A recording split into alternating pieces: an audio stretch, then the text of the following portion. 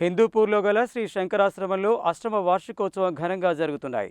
ఈ వేడుకలలో భాగంగా శుక్రవారం 6వ రోజు సందర్భంగా పూర్ణాహుతి ఆశీర్వాద ఉత్సవం ఘనంగా నిర్వహించారు. నల్గొండ పట్టణంలోని హిందూపూర్లో గల శ్రీ శంకర ఆశ్రమంలో అష్టమ వార్షికోత్సవం 6వ రోజు సందర్భంగా పూర్ణాహుతి ఆశీర్వాద ఉత్సవం సందర్భంగా శంకర ఆశ్రమంలో పీఠాధిపతి నాగసాధు శ్రీ శంకరానందగిరి స్వామీజీ ఆధ్వర్యంలో రుద్రచండీ పారాయణం, కాలభైరవాష్టకం, గుప్తచండీ మహాయజ్ఞం జరిగింది. వాటితో పాటు ఘనంగా శివక్రతువులు నిర్వహించారు.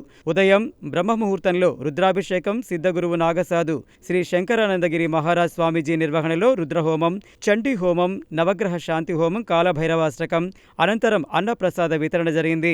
శుక్రవారం 6వ తేదీ వరకు ఘనంగా పూజల అనంతరం పూర్ణాహుతితో ముగిసింది. శంకర ఆశ్రమంలో అత్యంత వైభవంగా జరిగిన ఈ వేడుకలకు భక్తులు అశేష సంఖ్యలో పాల్గొని భగవంతుని ఆశీస్సులు పొందారు. స్వామి దర్శనానికి వచ్చిన భక్తులతో ఆశ్రమం కిటకిటలాడింది.